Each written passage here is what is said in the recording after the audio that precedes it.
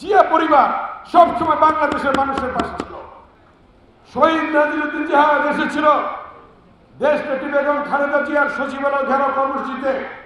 সারা বাংলাদেশের ছাত্র সমাজ যখন আসে তখন শহীদ নাজিরউদ্দিন জিহাদ এসেছিল, গুলি চালিয়েছিল স্বৈর শাসকের শাহ।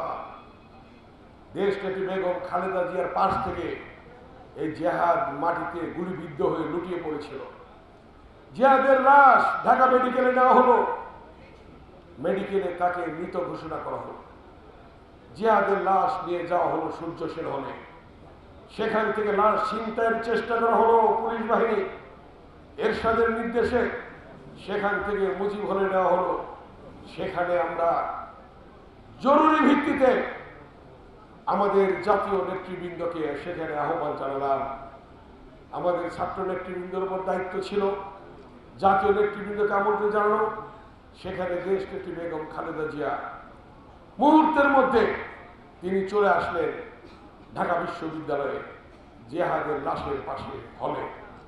এসে আমরা যখন ছাত্র নেতৃবৃন্দ সেখানে দাঁড়িয়েছিলাম, দেশনেত্রী বেগম খালেদা জিয়া একটি কথা উচ্চারণ করেছিলেন যে তোমরা এই জিহাদের রক্ত সে শপথ করবে এবং সর্বদলীয় ছাত্রত্ব গঠন করবে, ছাত্ররা আজকে ঐক্য গঠন করবে। দেশনেত্রী বেগম খালেদা জিয়ার সেই নির্দেশনা নিয়ে 10 মিনিটের মধ্যে ডাকসু ভবনে বসলাম।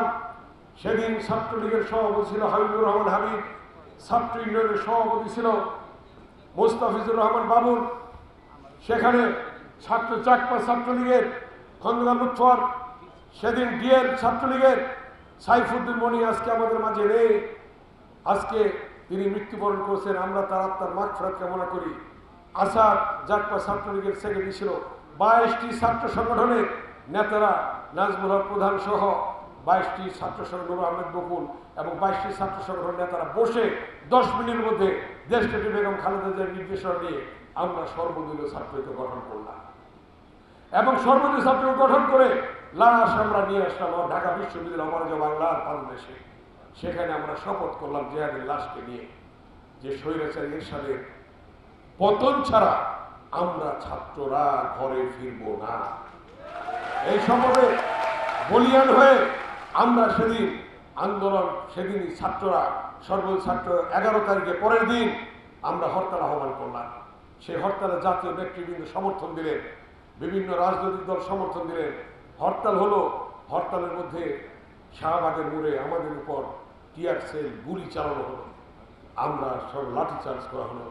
আমরা তখন হসপিটালে ভর্তি হলাম।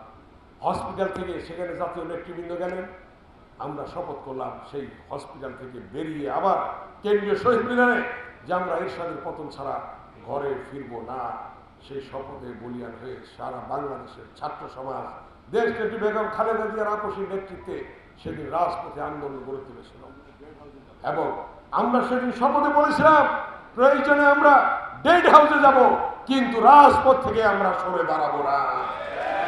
এই বাক্য আমাদের ছাত্র নেতৃবৃন্দ উচ্চারণ করেছিলেন সেদিন এই কথাটি। তাই সেদিন আন্দোলন সফল হয়েছিল। শহীদ জিহাদের তার যে স্বপ্ন ছিল সেই স্বপ্ন পূরণ হয়েছিল এবং এরশাদের পতনের মধ্য দিয়ে এবং দেশনেত্রী বেগম খালেদা জিয়ার আপসী নেতৃত্বের কারণে সেদিন আমরা দেখলাম সারা বাংলাদেশে বিএনপির জোয়ার। বেগম খালেদা জিয়া ক্ষমতায় আসলেন, প্রধানমন্ত্রী হলেন, দেশ পরিচালিত হলো, কিন্তু এর পরবর্তীতে অনেক ষড়যন্ত্র চক্রান্ত ছিল। যখন বিএনপির ভারপ্রাপ্ত চেয়ারম্যান তৎকালীন সিনিয়র যুগ্ম মহাসচিব তিনি নেতৃত্ব দিয়েছিলেন, তার উপর ষড়যন্ত্র চক্রান্ত হলো, 111 হলো, তারেক রহমানকে জেলে নিয়ে যাওয়া হলো, আমরাও সকলে জেলে ছিলাম। সেখানে তারেক রহমানকে সুস্থ অবস্থায় নেওয়া হলো রিমান্ডে। রিমান্ড থেকে আসার সময় দেখি স্ট্রেচারে করে নিয়ে আসছে। তারেক রহমানকে চোখ বেঁধে ঝুলিয়ে উপর থেকে ফেলে দেওয়া হয়েছিল। তারেক রহমানকে হত্যার উদ্দেশ্য ছিল, যেমনি ভাবে হত্যা করেছে নির্যাতন করে আরাফাত রহমান কোকুকে, কিন্তু আল্লাহর অশেষ রহমত তারেক রহমান বেঁচে গেলেন, চিকিৎসার জন্য বাইরে গেলেন। তারপরে আপনারা জানেন ইতিহাস।